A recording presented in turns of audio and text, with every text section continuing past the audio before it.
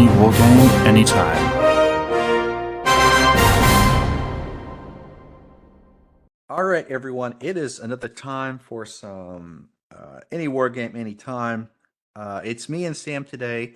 Boz is out. He's taking care of stuff. That's just how it works his life. But Boz is with us in spirit.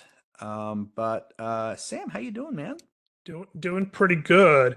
And talking about somebody who's with being with us in spirit, I think is a good segue into our topic today. Because the we're going to talk about X-Wing and Armada and some other kind of dead games and that have moved on from life and what happens after after these games have been abandoned by the companies that produced them. And we figure this would be a good fun topic to talk about. Yeah, I think so. It's something that I think is very apropos to the moment. We, I think we've titled this sort of the bright future of X-Wing and Armada now that they are dead.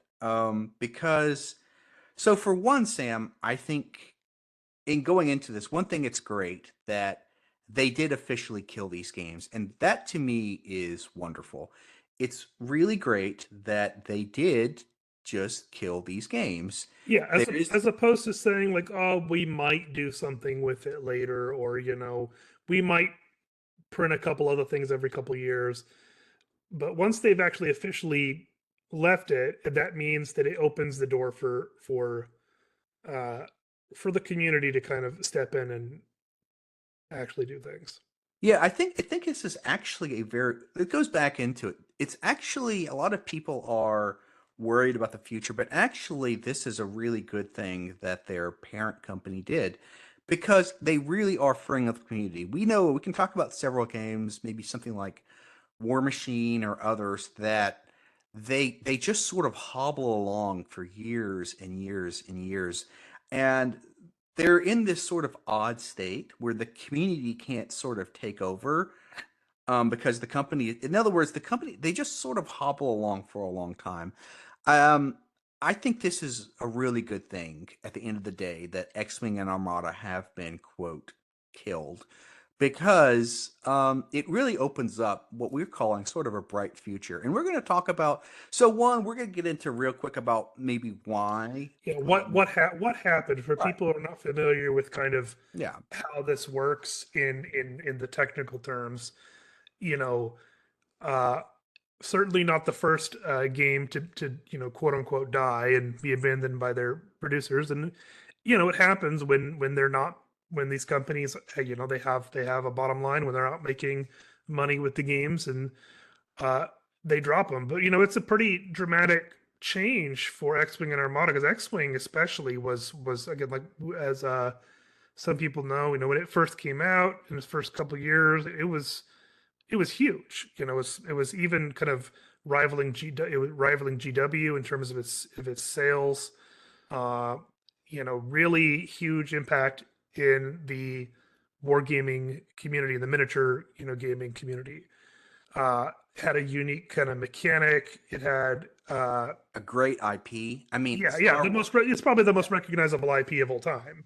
Yeah. So I mean, it's they had everything. And so what let's we can kind of trace this a little bit, what happened.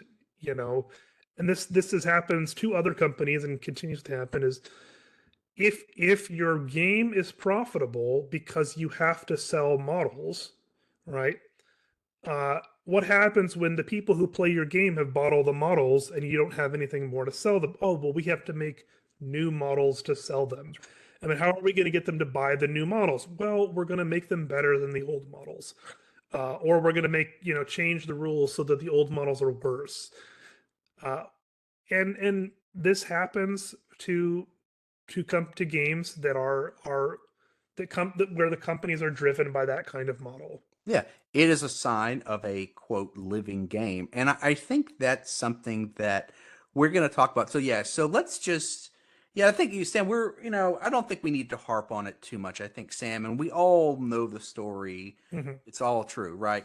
Power creep, and then also new additions where they have to change things. And specifically with X-Wing, this isn't just with X-Wing, but they had to release a new edition that required them to theoretically change things. So people had to buy different versions of the cards. It's sort of what happens with a lot of things where all of a sudden the same models have to get changed and re-nerfed, and then they have to somehow bring in new models. This, in other words, it Yeah, happened to and X-Wing and Armada, but it's the same age-old thing, right? yeah, so where I mean, this happened in Games Workshop games and Warhammer Fantasy and in 40K a lot, where you'd have an army that was really good in the current edition or whatever, and the edition would change or the new army book would come out, and basically this thing that you would you know this like huge part of your army is now terrible, and these models that used to be garbage are now really good, so you have to go buy those and redo everything. And there is a certain amount of this kind of you know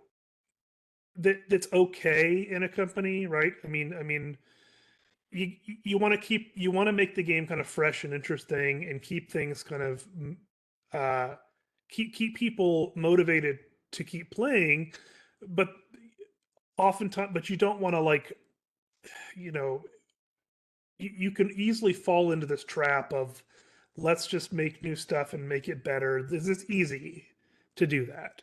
Well, I also think, especially within the profit model that you're talking about, Sam, which is model based, Hmm. this is really the end for all games. Really, and this is for any game that you're playing right now that the company makes money by selling models. Ultimately, this is my view at least. I mean, you can agree or disagree. I think this will happen to all model-based games where the incentive, the profit motive is selling models. Eventually, this is going to happen because that's how the company has to continue to make money Yeah, and if they want it's a to bad stick in. Yeah, yeah. it's really a problematic profit model right now, because of how the industry has changed. Mhm. And the 3D printing again has opened the way we've talked about before in this podcast, has massively changed the miniature gaming industry. It's now much more accessible and easy to get 3D printed models. It's much cheaper oftentimes. And the companies that are still kind of like making models their primary thing that they're selling is like it's a real dangerous game to be in right now. And the ones that are not adapting are quite honestly all in trouble. What happened specifically, so one of the underlying reasons that people, if you aren't familiar with it, why X-Wing and Armada were killed is the price of plastic just went up substantially. That's why Games Workshop also did like I think it was a 65% price increase on their stuff recently too. I don't remember exactly what it was, but Mhm. it's because literally there's supply chain issues right now, and the price of plastic has increased dramatically. And that's a if you're dependent on selling plastic toys, like that's a bad place to be in for for a company. It is, but I think with X-Wing, at the very least, X-Wing had something of an advantage. You didn't need to buy as many models. Now, Armada, we're talking about X-Wing and Armada, but especially with X-Wing, there was a sense of a low entry. But I think that certainly I think the plastic thing exacerbated it. But I think we both agreeing, Sam, that there is still these Yeah, larger fundamental problems with yeah, a yeah. Because model-based profit incentive that and part of that is because you're susceptible to things like mhm, changes in the price of plastic, or the proliferation of 3D that's printing, right. right? I Yep, mean, exactly. I mean it's if this is going to be your way you're making money, then you're kind of running that risk. And that's something that, to be clear, and this is the reason that me and Sam are and Boz, we're fans of one-page rules because I think whether it's one-page rules is the start of a new genre of the wargaming where you aren't tying your sales of your company to models. You're tying it to a subscription service where, like, one page rules does sell models, but there isn't this Yeah, but huge incentive to. they sell models through by licensing their stuff out to other companies, right? That's Yeah, yeah. so they they get the best of both worlds. Like, I mean, where they'll get a cut of model sales, but it's not, No. their primary thing. At the end of the day, one page rules lives and dies by the quality of the game. And that profit incentive is much more sustainable in our current future. And I personally see other companies taking up this sort of model where model sales are going to become secondary and it's going to be a Patreon so or the Patreon slash the other side of it is you can do the Kickstarter side, right? And we see this, so some companies do this as well. They basically release upgrades as Kickstarters, smaller companies. That's another thing is probably a lot of game companies are going to get smaller. So, but that's something to keep in mind here that I think it's a reason to think about one page rules as a little bit more sustainable. But all this being said, Sam, so it sounds like we're talking about things being negative, but actually, to me and Sam, and because we've seen this happen a lot, this is actually the best thing that could ever happen to X-Wing and Armada because now that profit incentive is gone and now these games enter into what we call dead war games, where the community takes over, right, Sam? Yeah, and the community generally is going to, rather than be, since they're not selling models, they're not interested in selling models, they're interested in let's kind of come up with the best version of the rules for this game that we can, so that it can continue to be played. That the stuff you bought is still, usable and whatnot. You can still do stuff with it, and it's a lot of work to do that, but that's why again you get a community behind it, and I'm hoping that we're both hoping that the X-Wing and Armada communities can kind of rally and do that. It's certainly possible. We've seen this happen with other games, and it's so don't if you are a X-Wing and Armada player out there, don't lose hope.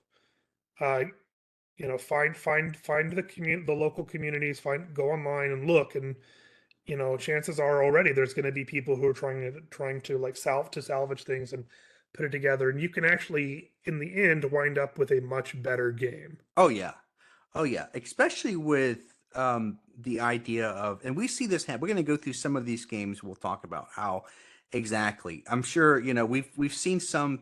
I think it's some creators from X-Wing who are putting together a sort of alliance, I believe, Mhm. that are going to try to continue it. And I think to an extent it'll be successful because it's been successful for countless other great games that have become dead, but after they died, they took on. I mean, we could just go into a few of these games. They survived, and the games became a lot more fun. Now, all of a sudden, tournaments aren't this big of a deal. It Yeah, becomes a lot more of local metas. It becomes a lot more also about fun games, too, where there isn't that drive from a company to balance comes in, right? And mhm. in other words, there's no incentive anymore to push product. It's all about the game. And sometimes that also means that it will get later picked up by another company, or the company will kind of return to it later, if they see that there is a continued market for it. I mean, you saw that with Ninth Age in Warhammer, as well as Blood Mhm. Bowl, Yeah. like are great examples where Warhammer Fantasy died and people kind of continued it. It was even to the point of like balancing the different army lists and kind of and adding in new units that always kind of been talked about but never fully made it in. I mean, Blood Bowl uh, was kind of officially dead for GW for a few years, Yeah. until literally the CEO of GW was at a convention and saw a bunch of a bunch of fans playing Blood Bowl, and then like, why aren't we supporting this? And they went back to supporting it because people still loved the game and continued it years after. Well, and the other thing is that now I haven't played the latest version. I could be right or wrong about. I don't know how the latest version of Blood Bowl is, but I would say this that it's actually to me actually a disadvantage that when a company picks it up again because then they sort of restart it In maybe I don't know Blood Bowl, but I do know the best versions of Blood Bowl were the community, because I played Blood Bowl during that time, and that was the best versions of Blood Bowl when I played them, because I'd played Blood Bowl, in second edition Blood Bowl, and I'll tell you, like, the fan editions were just better.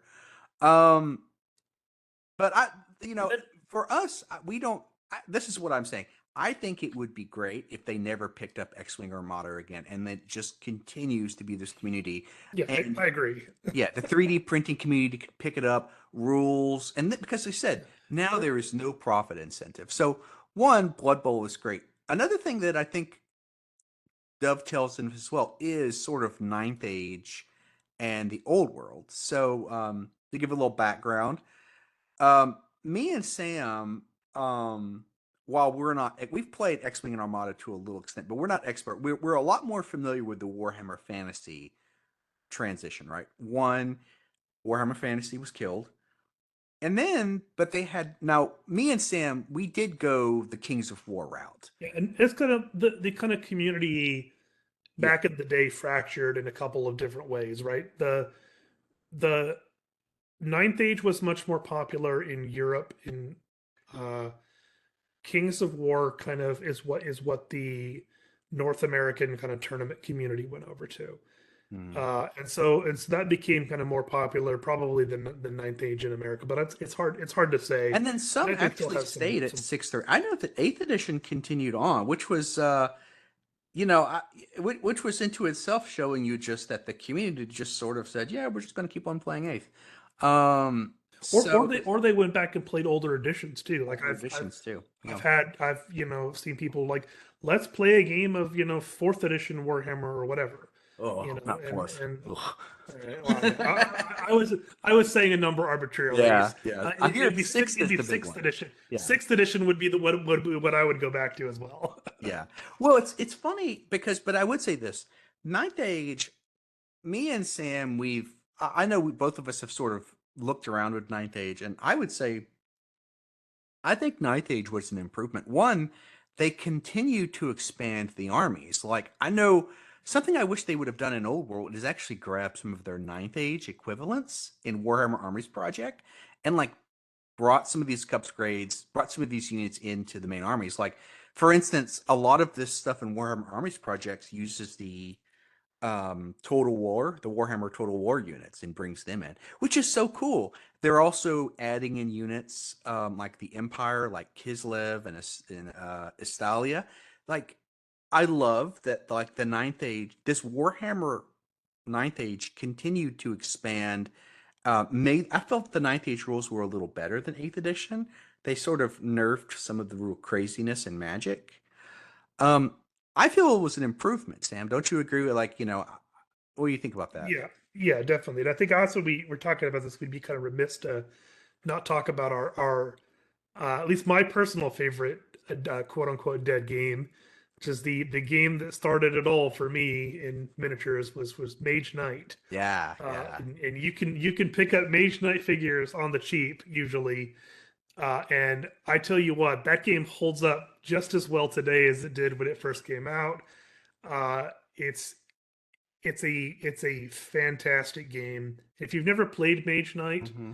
uh, you know, you're missing out. It is actually a super fun game. Yeah. That was very well designed, and you can still play it, right? I mean, the rules are still there. Models are Uh, cheap. I mean, Models are nowadays they're cheap. doing 3D, because nowadays they're actually doing the 3D printing, and they're printing just the stat sheet, the little clicks. Yeah, yeah. I know some people, like, I think it's great that you can really just play anything. Yeah, I mean, Mage Knight and Money Knight, it's getting on close to 20 years since they sort of killed it. What was it, around like 2005 or 6, I guess? Something like that. Something around there, I the don't mid remember. oddies. It's getting close to 20 years. In Mage Knight, there's still a community that goes strong. Me and Sam, we still play Mage Knight. The lore is still good. It's one of those games that now that the tournament scene is over, and now that the power creep is gone, and again, Mage Knight suffered from the same problems: power creep, and then a new edition with 2.0 that wiped out all the other stuff and then brought in new stuff. it's like it's the same thing that happens to all those games. But we still enjoy the game, and that's awesome. Um, Epic, I know I've been into Epic Armageddon, and I love that. I think Epic Armageddon is like Net Armageddon. I think I've been playing that specifically. It's a great rule set that I think is an improvement from the original Epic. So yeah, we just see these over and over where you get communities get together. The cost of entry in these games now are much cheaper. With 3D printing now, you could like you can get into these games so easily. So So yeah, so even if you weren't an Armada or an X-Wing player, it's not too late to be one. You can, oh yeah. find a community that's continuing to play. They are out there, and chances are the game will be better, quite honestly, in the end. Yeah, I Uh, think the X-Wing, I think it'll take because remember, with X-Wing, they are supporting competitive play until I think the 2025. So there is plenty of room right now for the community to pick it up. And I think that in a few years from now, you're going to start seeing 3D prints come out. You're going to see the cards. mhm. You're going to see what happens where basically you can get into these games almost for free. The rules are better. The community, you find a good local community, and it's great.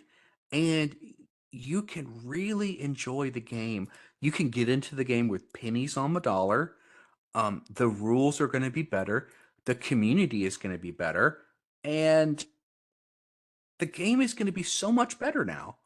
Really, Sam. I mean, I tell you, now that X-Wing and Armada are going to be dead, I'm actually thinking, Sam, about getting into Armada in a couple of years. You I know what I am too. mean? So I have a friend who has a bunch of Armada stuff, and I've played with him a couple times.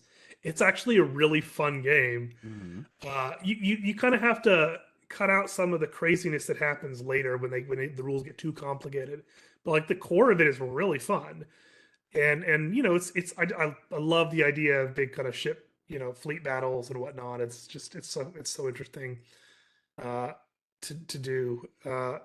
And that's what I want to do. One, I would want to wait because I do know that, like I said, for the next year, it's funny. I sort of want to wait a couple of years, Sam, when the game is Yeah, fully out of the hands of the developers, because I know they're going to support it this year.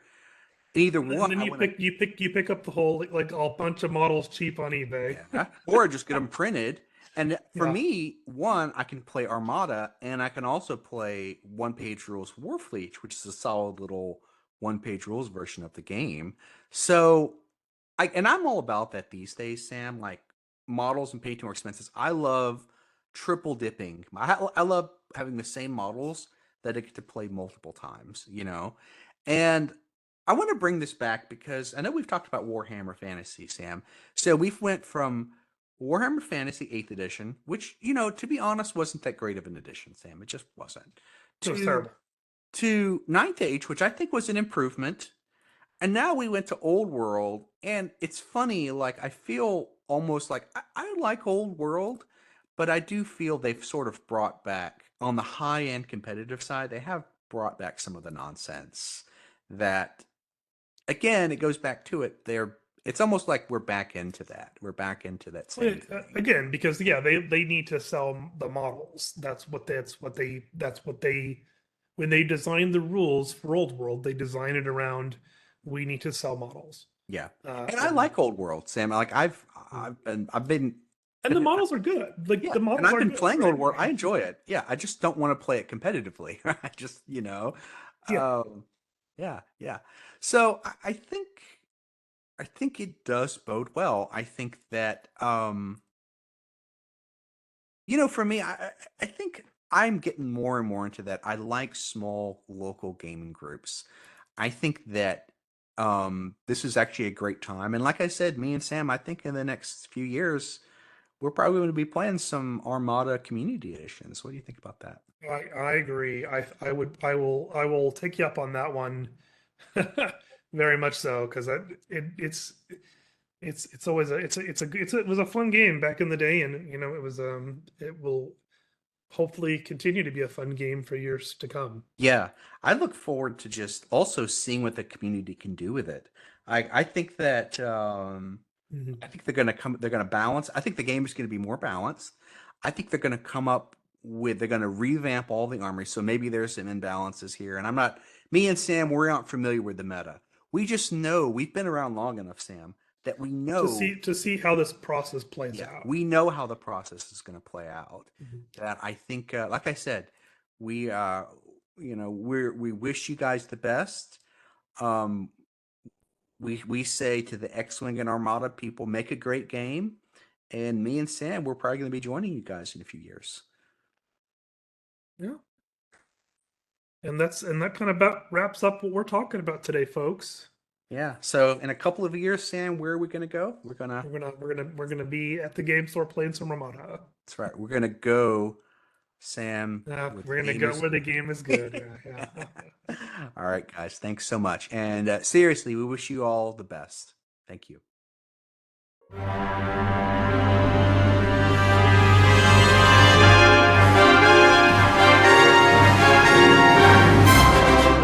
Any wargame, anytime.